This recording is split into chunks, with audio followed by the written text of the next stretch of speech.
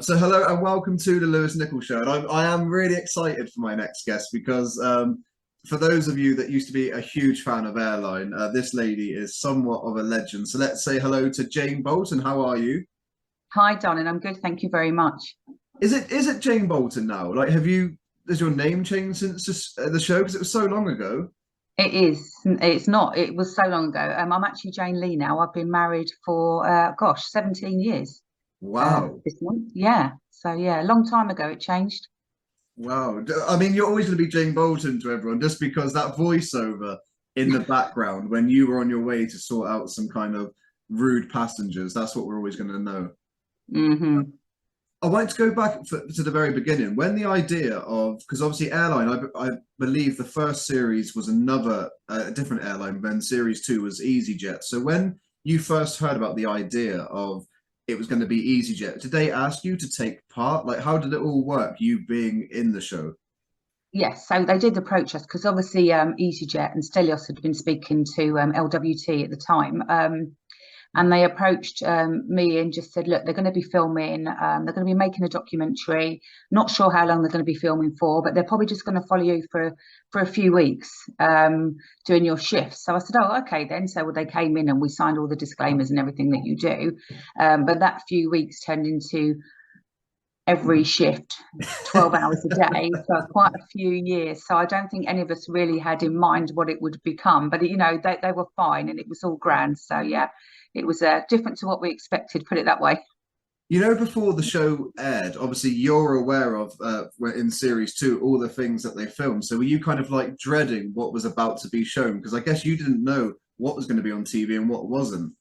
No, and to be fair, I hadn't really watched it. I think when you work in any sort of environment where you're doing shift works, we weren't home on a Friday night to watch it. We were probably working. And to be fair, in those days, if you weren't working in the evening on a Friday night, you were down the pub with everyone from work. So never really seen it. I think I've seen a couple of snippets. But I think even to say that our EasyJet program was slightly different to what was shown before at Heathrow. To be fair, I think it was a little bit different to what I had seen, but had no idea at all.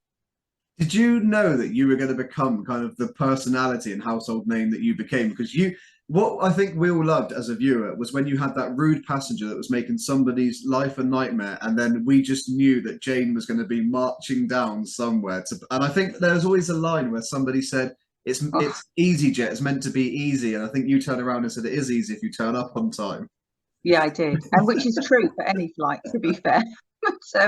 But no, I don't think we did have a clue. I think at the time, before it was aired, we were shown the first program after it was edited. Um, and that was quite tame stuff. I think, after a while, they did edit it quite well. I did sometimes say things under my breath and forgot that I had a microphone on without thinking for a million years they would actually put it in the final edit. And I look back, I train customer service now, and I think, oh my God, I would never tell anyone to say stuff like that. But I think as well, when they filmed it, sometimes some of those passengers we would be with for hours. And there was a not necessarily the passengers that you saw on the TV, but some that you didn't get shown were so rude and so aggressive. And sometimes I think, it's fair to say we probably lost our cool a little bit and weren't as professional as we probably should have been. And that's what you saw. But that's obviously what made great TV. So when you started going out and, I was doing my shopping in Asda and people would be asking me, oh, it's Jane from Airline, what do you eat? And things like that. Yeah, it was very bizarre to be recognised, I have to say. You mentioned there that you train customer service now. Do you ever use clips of your time on Airline on this is how not to, not to do it? No, I think I don't. I did do some training for EasyJet after I left them, but I haven't trained for a little while now. I think I used one good one of what to do, as in listening skills and not interrupting. But no, God, no, I wouldn't use it now. I think the great thing about the show was the friendships that you had Mm, on the show as well. And is it Katrina? I always yeah, remember. She yeah. was just incredible. And I think when you look back, it was almost like one of the first reality shows in the sense of people's personal lives. And Katrina really went through it in the sense She of did. having She did. cancer. Yeah, and she has been through it again a few times since. She's an absolute trooper, a diamond. She's a mum like me. She has twins like I do, but we're still in touch. We're still very good friends, and she's still here, and she's still as beautiful and as scatty as ever. She's still the same mischievous little creature that she always was. I always remember when she was trying to set you up with, I think Oh, it's a tennis always. player or Oh, something, and it was the most awkward. If you watch it back, it was the most awkward it piece of was TV. horrific. Yeah, yeah. Yeah. Obviously, that I was not interested. Katrina was always trying things like that. Yeah, no, I get still asked now on TikTok, did you ever get in touch with the Spanish guy? No, I didn't. No, wasn't interested. So as the series went on, like you said there, you became more recognizable. Were there times when you were working that people would come up to you and say, look, can I get a photo? Can you sign this for me? Did it start to get like that? No, not so much. I think because in those days we didn't really have cameras to take photographs on our phones, and then it was just the normal cameras or disposable cameras. So autographs, yes, we got asked for a lot of autographs, and back in the day they actually gave us autograph cards, and people would come over and say hi. But I think it was more, there was quite a few weird episodes of people just turning up at the airport when they knew you was on shift and waiting by your car in the car park late at night. So some of it was good, some of it not so good, unfortunately. And I know obviously a lot of clips are floating around on TikTok now, and the show's Mm. almost making a comeback in the sense of people are starting to remember it again because of the clips. So tell us how that's happened, how you've become big on TikTok again. Well, I mean, clearly now in my age, I don't really understand the ins and outs of TikToks and things like that. It was my daughters that first noticed it and said, "Oh my God, Mum, you've gone viral on TikTok." And of course, I said, "Well, what does that mean?" And then could see it. And of course, at the time, it was just a bit of a laugh. And then my nieces, who were in their 20s, came over and said, "Look, Auntie Jane, let's just do one video and see what happens." And then within a week or so, that had nearly 2 million views.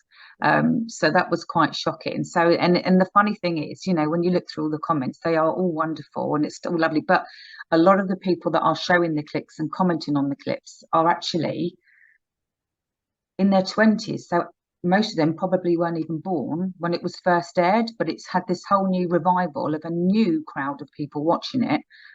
So yeah, I'm gobsmacked, overwhelmed, flabbergasted, but delighted. It's all been amazing. I think the reason it does so well is because when you watch reality shows now, you can see that element of situation set up. But with Yeah. Airline, everything just seems so authentic, so real. And we were seeing a world that we would never see unless we worked in that industry. And I think that's what made it so unique. That's right. I think, nowadays, everything is, like you say, I think most things are scripted. People ask, were we scripted? No, we weren't. You saw what happened as it happened.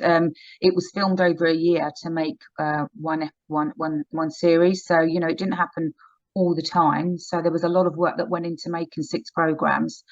And I think nowadays, we don't have we didn't have the lashes and everything else that goes with it that makes us look slightly different to what we look like on a normal everyday to day basis. And I think that's the thing, it's real, which is for me as a mum of 3 teenage girls, great, because that's what people look like when they go to work normally. So yeah, I it was great. It's quite nostalgic to see, and quite some of it's a bit cringeworthy, but it is very nostalgic to watch now.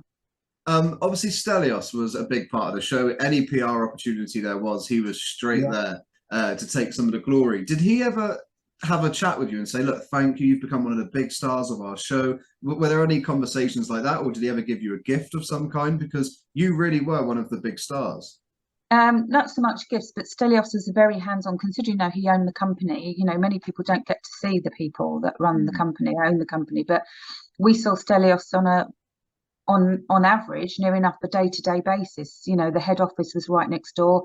He was always popping in, always came over. I mean, he was more like, not a friend, but very friendly. Stelios used to throw the most amazing staff parties twice a year, and he was always there. He knew literally would go around and talk to everybody that worked for the company. Very hands-on, great guy.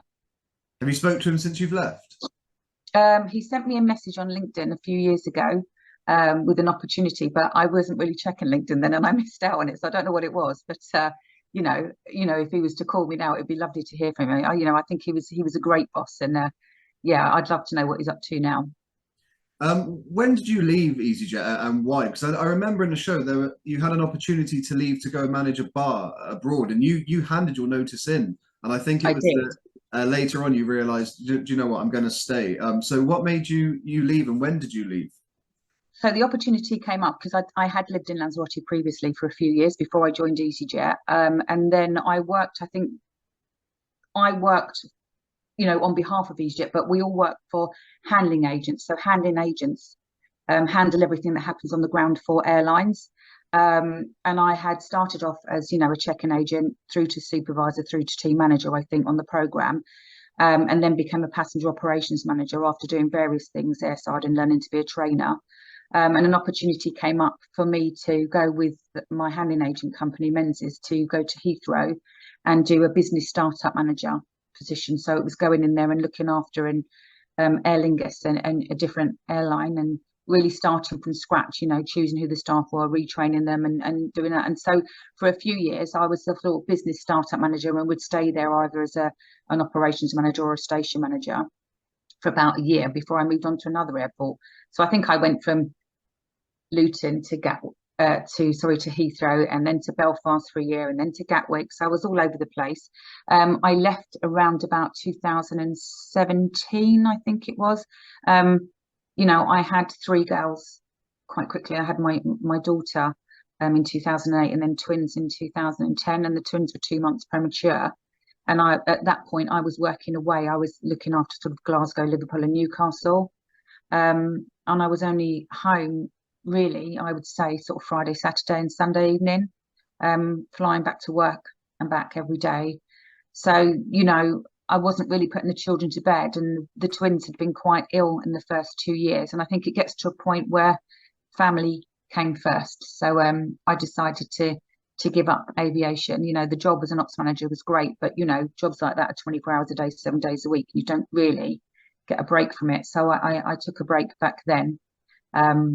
And to look after the kids, became a childminder for a bit, and now I run my own business selling cakes from home and doing stuff like this again now.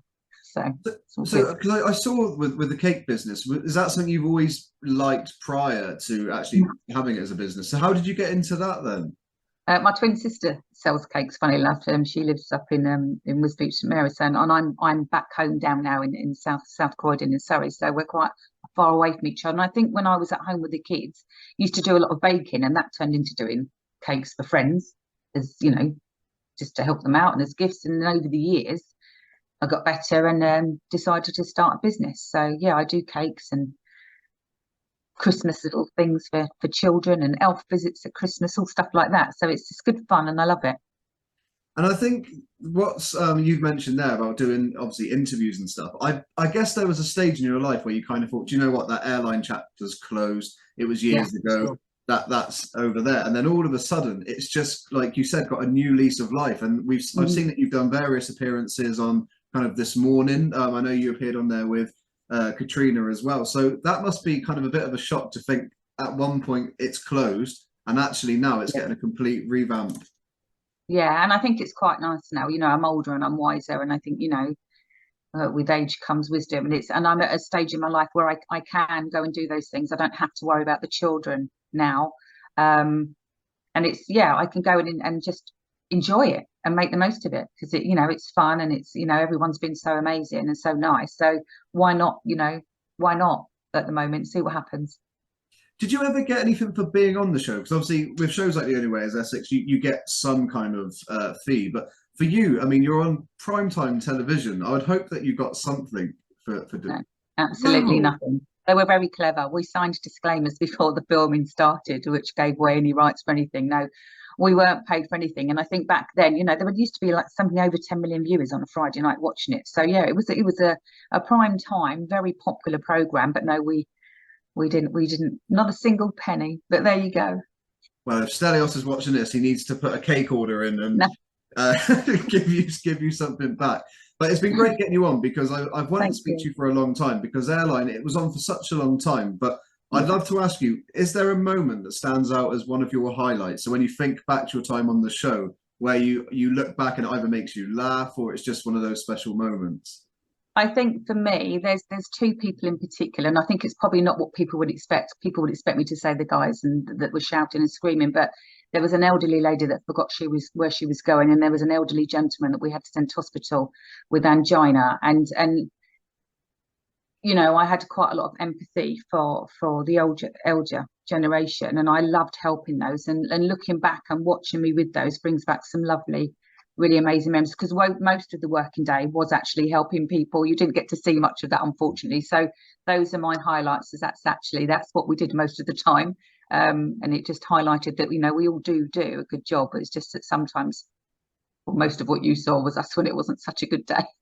I remember that lady. I think you took her to the canteen and gave her a Yes. cup of tea. She was so sweet and she had such a Yeah, big she's lovely. personality. Yeah, so lovely, bless her. Do you have any other projects that you're working on at the moment? Yeah, I've got a few things coming up in the pipeline. Bumble, the dating app, have asked me to be involved in their new holiday dating app, which is great. So that will be happening over the next couple of weeks. And I think I'm going to be going on to see Eamon Holmes on GB News at some point. So yeah, there's a few things in the pipeline, which is exciting. So yeah, bring it on. It's all great. I'm loving it. Oh, I love it. Well, hopefully we'll get you on and we'll do a kind of reunion, because we've done a few of them on the show, which works well. And we'll get some of your colleagues back, because I remember there was I never forget. I can't remember her name. She was in Liverpool, but she didn't take no nonsense. Leanne. Leanne, yeah. Do you keep in touch? Too. Yes, we do. Yeah, wow. Via Facebook. Because obviously I'm down south and she's up there, but yeah, we're still in touch. Well, Jane, honestly, you are a legend. So thank you for coming on, and I'm really excited to see what's coming next, because I feel like you're going to be doing a lot of appearances. Oh, that would be lovely. But thank you so much. It's been great to meet you. Thank you. Thank you.